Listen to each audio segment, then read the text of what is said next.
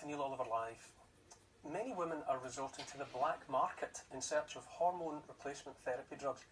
Shortage of supply has left many women struggling to obtain the drugs they need to help with the symptoms of their menopause. Left with no other options, some are meeting up and sharing and swapping supplies, others are rationing their own prescriptions, and more are travelling abroad to countries where such drugs are available over the counter. The Royal College of GPs has warned that women obtaining and taking drugs other than those specifically prescribed to them or in different dosages risk potentially serious side effects. Katie Taylor is a campaigner about this issue and joins me now to have a consideration of what women are going through. Katie, thank you for making the time. This is a huge story, yeah. Is it not? This, it is. Not just the shortage, but the plight of so many women in the face of menopause. It absolutely is, and actually the shortages is in some ways the least of the problems. I mean, I set up the Latte Lounge, which was a Facebook group 6 years ago, because for 4 years I'd been struggling with a whole variety of symptoms which were misdiagnosed as everything from depression, anxiety, heart palpitations, and I was getting nowhere, and I eventually left my job. It was only when my father, who's a retired breast cancer professor, said, "I think this is your hormones," did I finally get the right diagnosis from a gynecologist. And it was a word called perimenopause. And this was a word I'd never heard of.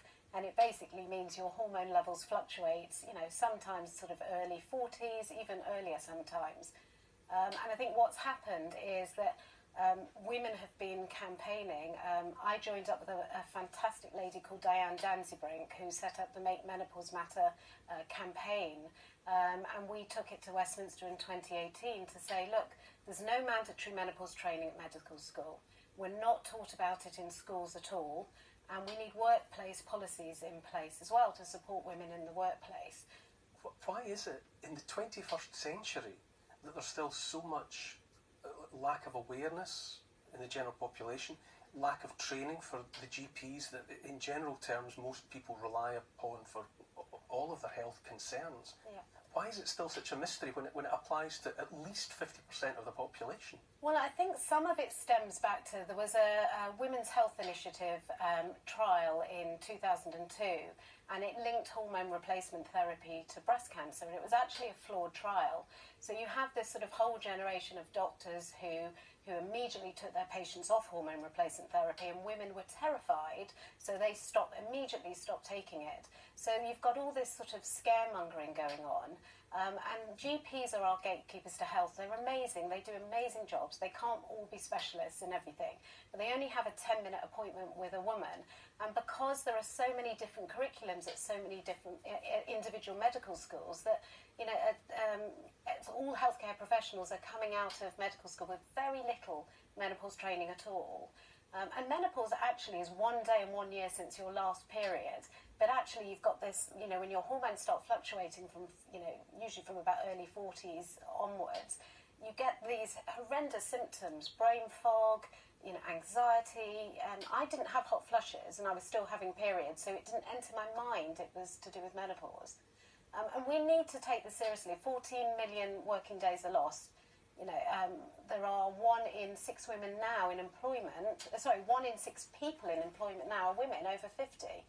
And, you know, they're leaving the workplace. But this shortage that we use as a hook, really, for this larger story, yeah. Will that, do you think, maybe turn a bit of a light on the fact, you know, just alert people to the subject full stop? Well, look, we have been, as I said, you know, Diane and I and lots of other amazing campaigners, we've been up and down to Westminster meeting all cross-party MPs. We've given evidence to the Menopause APPG, the Women's Health Initiatives, the Women's Health Strategy, who promised that they put menopause front and centre. And I think what's happened with the Davina McCall programme, and there's another one coming out on Monday night, that suddenly everyone is having this light bulb moment like I had. Mm-hmm. And so we are starting to be aware. We're actually having to educate our doctors. And so obviously there's more prescriptions. You know, this time last year there was something like 300,000 HRT prescriptions a month. And now we're looking at about 500,000, and that's going to go up and up and up. But it's a serious issue. Women are terrified of not having their, you know, their HRT. And it also strikes me that obviously it's women who are living this and dealing with this, but it's also their partners. It's also men. It's in the interests of men to be aware of this also. Absolutely. Most of us, you know, live with someone who at some stage is going to go through this. Yeah, and we need to. Men have to be part of the conversation. Children have to be part of the conversation. I've got a daughter and 3 sons who know way too much about this subject now, but actually I'm delighted they do. But well, you know, marriages are splitting up. I was doing an interview on our Facebook group this week. We did a Facebook Live with a family lawyer, and she said a lot of the people who are coming to her looking for divorce, she actually gently, you know, discusses with them, is it perhaps your symptoms? Because it causes so many symptoms that people don't think about, and it's that depression, it's the psychological symptoms that affect, you know, women.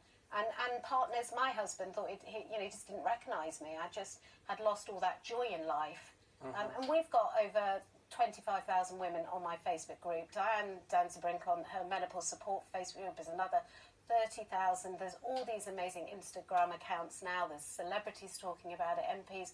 So we're coming to this kind of crescendo after sort of 6-7 years, which is great. But the shortages is a serious issue. How much of an impact has that had? Can you kind of give me a context?